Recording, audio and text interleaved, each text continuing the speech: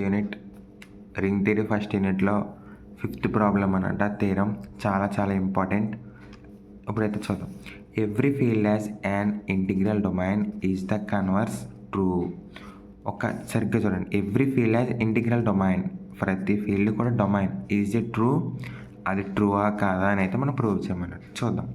Let take, నేనైతే 2 elements అయితే తీసుకుంటున్నాను. ఫీల్డ్ అంటే మనకి F. Okay, A, B belongs to F by చూద్దాం. A not equal to 0 and AB equal to 0. ఇది ఎక్కడ ఎన్నట్టు ఉంది కదా మీకు.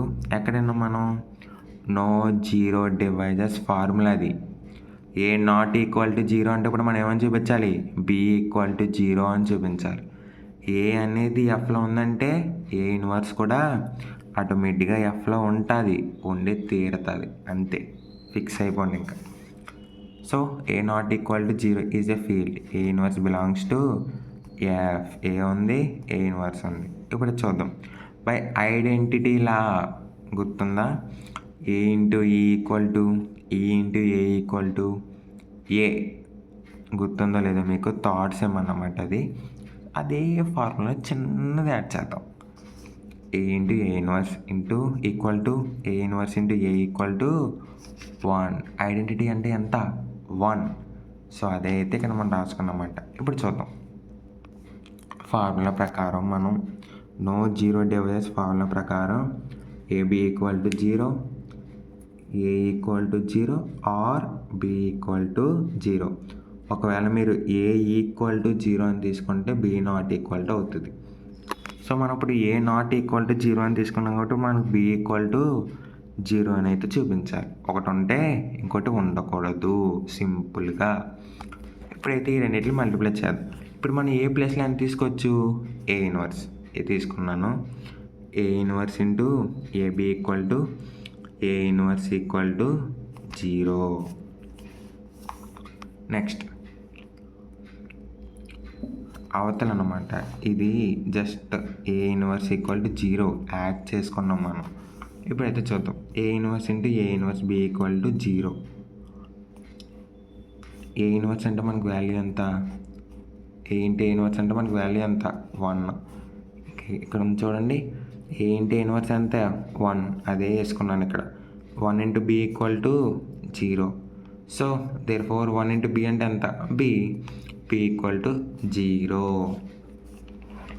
దస్ A, B belongs to F అయితే కనుక A not equal to 0 and AB equal to 0. చూడండి, మనం A నాట్ ఈక్వల్ టు 0 అని తీసుకుంటే కనుక మనం B ఈక్వల్ టు 0 అనేది వచ్చింది.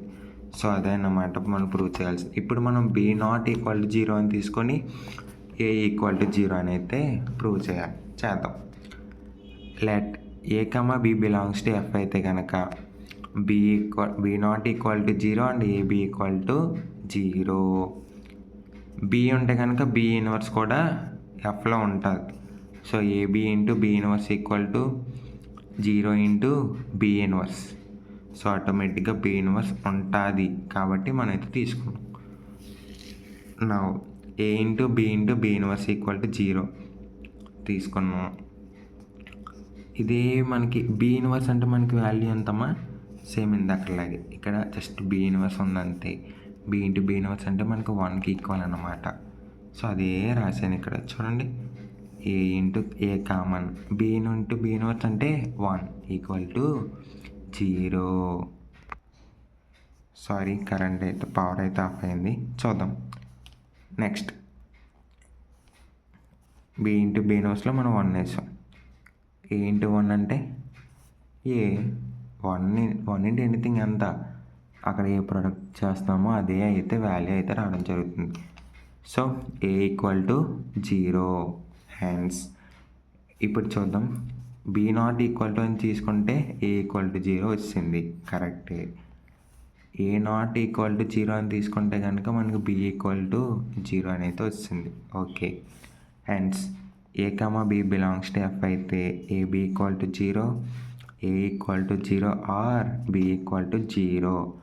ఏదో ఒకటే 0 అవుతుందని ఇక్కడ మీనింగ్. ఎలా అంటే ఇప్పుడు A నాట్ ఈక్వల్ టు 0 అని తీసుకుంటే మనకి ఎంత అయింది? బి ఈక్వల్ టు 0 వచ్చింది. ఫస్ట్ది ఇగో ఏ నాట్ ఈక్వల్ టు 0 అని తీసుకుంటే బి ఈక్వల్ టు 0 వచ్చింది. ఏదో ఒకటే వచ్చింది. ఓకే, ఇక్కడ చూడండి రెండోది. పోనీ బి నాట్ ఈక్వల్ టు 0 అని తీసుకుంటే ఏ ఈక్వల్ టు 0 అని మాత్రమే వస్తుంది. అంటే ఒకటి ఉంటే ఇంకోటి అయితే వెళ్ళిపోతుంది. కాబట్టి మనం దీన్ని ఏమంటాం, నో జీరో డివైజర్స్ మనమైతే ప్రూవ్ చేయడం జరిగింది. సో ఇదైతే థీరం 5 అన్నమాట. Very very important. సో మన ఛానల్ కోసం ప్రతి ఒక్కరికైతే షేర్ చేయండి. Thank you.